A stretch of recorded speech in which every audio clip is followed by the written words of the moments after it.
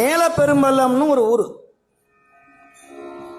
அந்த ஊர்ல ஒரு ராஜா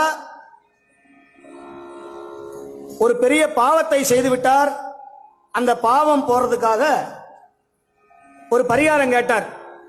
அந்த முனிவர் சொன்னாரு, நீ தினந்தோறும் 1000 பேருக்கு சாப்பாடு போடணுமப்பா.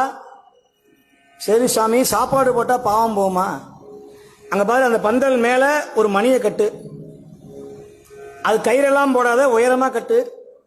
நல்ல அடியார் ஒருத்தர் சாப்பிட்டா அந்த மணி அடிக்கும், அப்படி அடிச்சா உன் பாவம் போச்சு. இவரும் தினந்தோறும் 1000 பேருக்கு சாப்பாடு, வடை, பாயசம், அப்பளம் எல்லாம் போறாரு, மணி அடிக்கல. மனசு வந்து போச்சு, சாப்பிட்றவன் யாருமே யோகிதமா இல்லையே, நல்ல அடியார் இல்லையே. அந்த வழியா உண்மையான ஒரு தொண்டர் வந்தார். யாரு? காதற்ற ஊசியும் வாராது காணும் கடை வழிக்கே அப்படின்னு சொன்னார ஒரு மெய் தொண்டர் பட்டினத்து சுவாமிகள். அப்படி பசி தாங்க முடியல அவரால். 16,000 கோடிக்கு அதிபதி.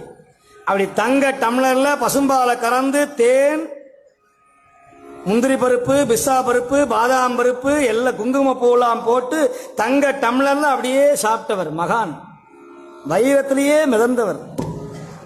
கடைசியில் 16,000 கோடியை ஒரு சொல்லுக்காக தூக்கி எறிஞ்சிட்டு வந்த பெரிய துறவி பட்டினத்து சுவாமி.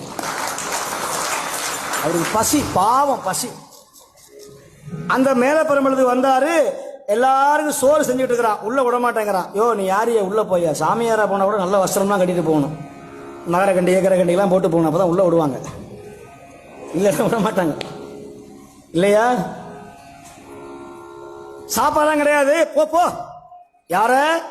பட்டினத்து உண்மையான துறவிய.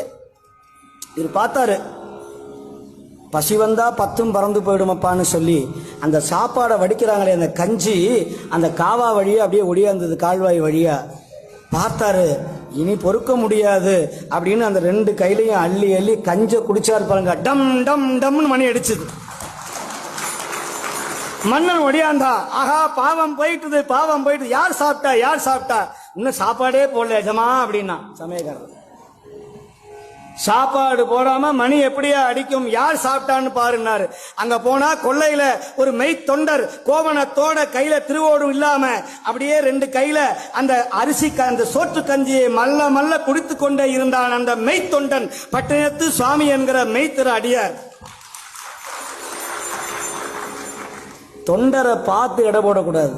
தொண்டர்கள் எப்படி வேணாலும் வருவாங்க, அவங்களுடைய மாண்பு தான் முக்கியம்.